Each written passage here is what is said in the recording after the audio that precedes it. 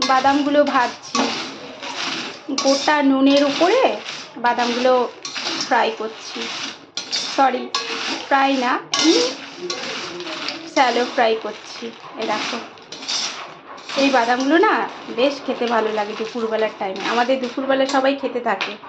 এই যে এখানে কতগুলো ভেজে রেখেছি, একটু পোড়া পোড়া হলে না ভেতরটা বেশ ভালো লাগে খেতে।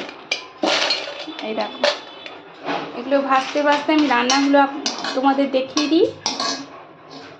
এই দেখো, রান্নায় আজকে আছে করলা আর আলু সেদ্ধ মাখা, এখানে মিষ্টির জন্য একটু পেঁপে সেদ্ধ, এখানে মিষ্টির করলা সেদ্ধ আলাদা রেখেছি লঙ্কা ছাড়া, এখানে আছে বেগুন ভাজা, আজকেও একদম প্লেন খাবার, আর এখানে আছে ফুলকপির পকোড়া।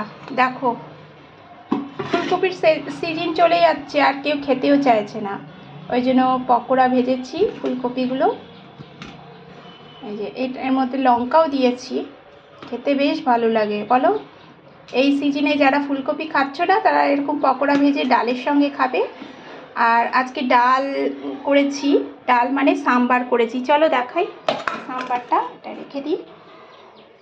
এই যে এখানে সাম্বার করেছি, দেখো লাউ বেগুন এগুলোই ছিল, আর কিছু সবজি ছিল না, ওই জন্য এই দুটোই দিয়েছি, পেঁয়াজ দিয়েছি। সাম্বারটা কালকের অরহর ডাল বেঁচে গেছিলো, ওই দিয়ে বানিয়েছি, একটু মূলোও দিয়েছি। সাম্বারে যত সবজি দেওয়া যায় জানো, আমি অন্ধ্রপ্রদেশে আসার পরে সাম্বার করাটা শিখেছি, আর খেতেও বেশ ভালো লাগে দুপুরবেলায়। এর সঙ্গে তরকারি মানায় না, এর সঙ্গে এই যে এরকম পকোড়া হলে ভালো মানায়, পাঁপড় ভাজা হলেও মানায়, আর পাঁপড় ভাজিনি। এই হলো, আর এখানে ভাত গরম, মানে কিছুক্ষণ আগেই নামালাম। কেমন হয়েছে রেসিপিগুলো অবশ্যই জানিও।